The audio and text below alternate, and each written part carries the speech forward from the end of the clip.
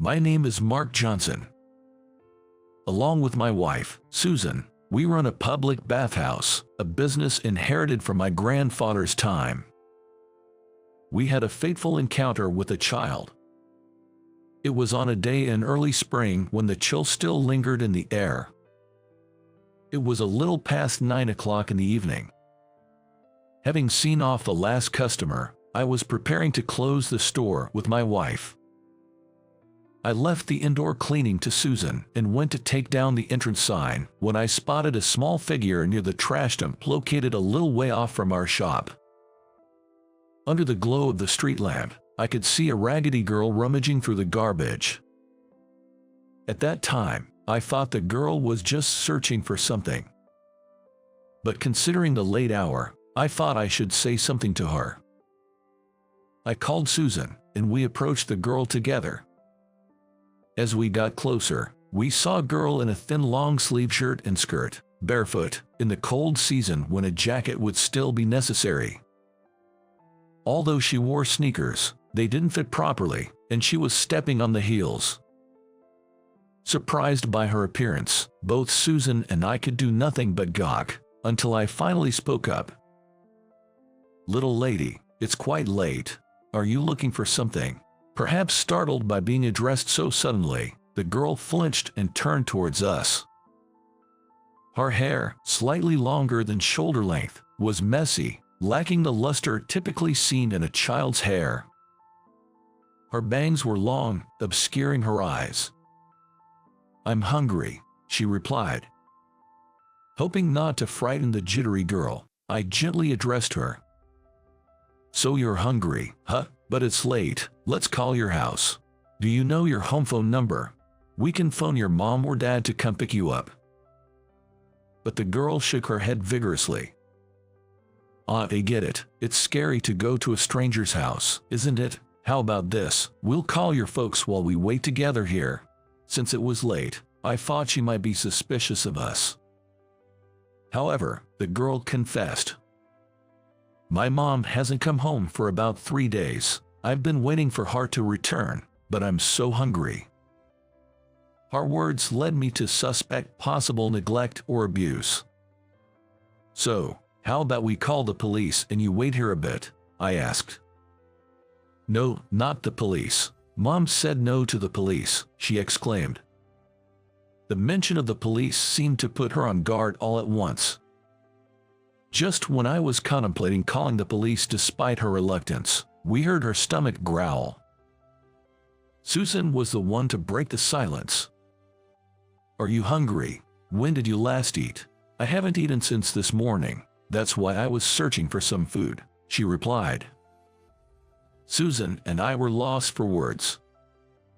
A girl in thin clothes, rummaging through garbage at night, having not eaten all day, was a heartbreaking sight. "Would you like to come to our house?" Susan proposed. I was surprised by her words. Taking a child home without contacting the police might lead to complications later. Perhaps sensing my concerns, Susan looked at me and said, "I understand your reservations. As adults, it may seem right to call the police, but how can we leave a child out here, shivering from the cold and hunger?" I resolved myself when I heard my wife's words. "If the girl is resistant, we can go to the police tomorrow. The most important thing right now is to provide this shivering child with a warm place and a meal to fend off her hunger." I put on a smile and reached out my hand to the little girl. "Come home with us, it's okay." The girl seemed hesitant for a while. But after some time, she took my hand. My wife held the girl's other hand. And so, the three of us hand in hand, returned to the public bathhouse. It seems the girl's name is Alice, or so she says. Upon returning to the bathhouse, my wife and little Alice went to bathe together. In the meantime, I went to prepare some clothes. Alice's clothes looked cold and dirty. They were no longer wearable. I brought some of my wife's clothes. A coat, shoes, and pants with a string. With the string, If tied tightly, she should be able to wear the pants without them slipping off. I quickly ran to the convenience store and bought some small-sized women's underwear. I also picked up a toothbrush while I was there. By the time everything was ready, my wife and Alice had come out of the bath. The underwear and clothes seemed a bit large, but she managed to put them on. The girl who came out of the bath had color back in her pale face and looked more like a child. Her hair, now washed and dried, was softer than before. But her long bangs were unmanageable, so my wife held them back with a pin. Underneath her long bangs was a cute face that had been hidden. "Are you feeling warm now?" When I asked, Alice nodded several times. She seemed excited. "You know, the bath is huge. It's like a swimming pool, and it's so warm. I've never taken a bath like this before." I felt relieved seeing her smile as she spoke. I was worried because she was expressionless, not like a child at all, when we met her at the garbage dump. While I was drying Alice's hair, my wife was preparing a meal. Our house is right next to the public bathhouse.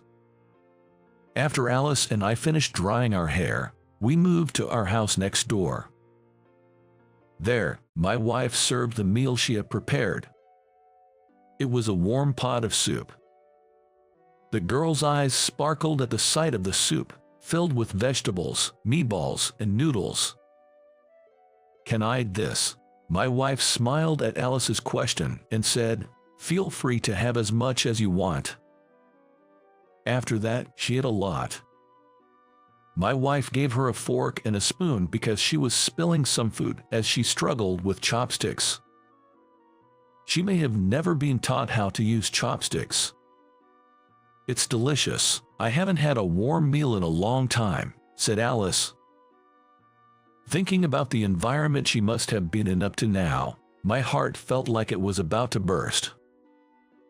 Once her stomach was full, Alice seemed to trust us a little and started talking about herself. Her mother hardly ever comes home, so she looks for food in the garbage dump.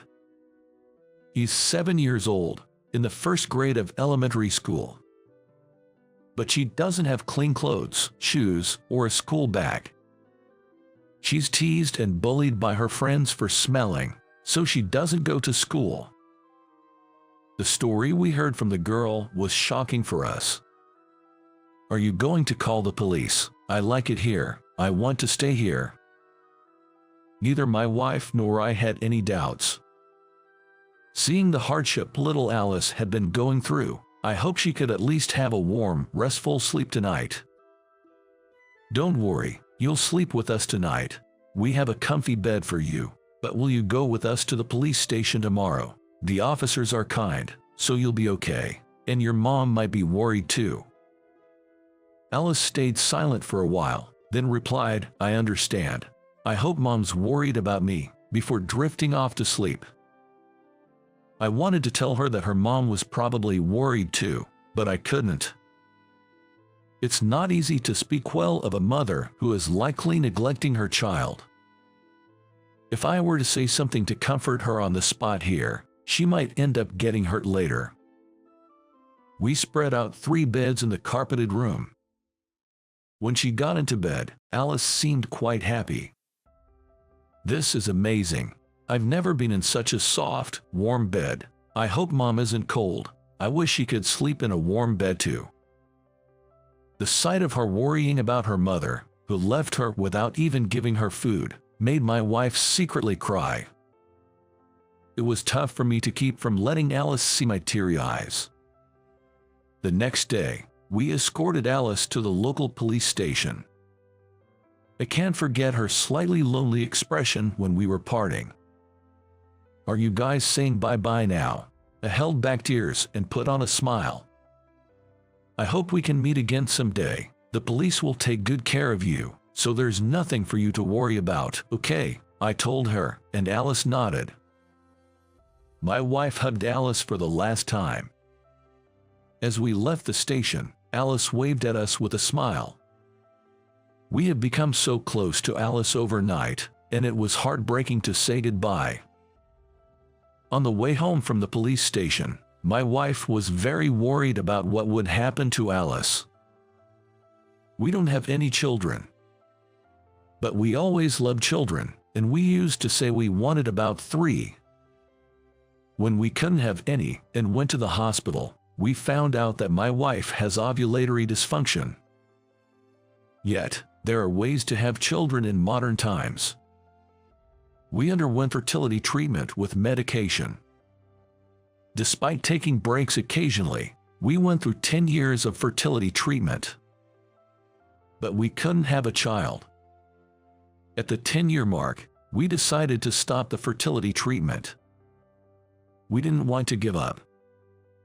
But we were exhausted from the ups and downs of whether or not we could have a child. We decided to cherish our time as a couple, knowing that we've tried our best. We've been living quietly as a couple since then. That's why we couldn't stand parents who let their precious children feel cold and hungry.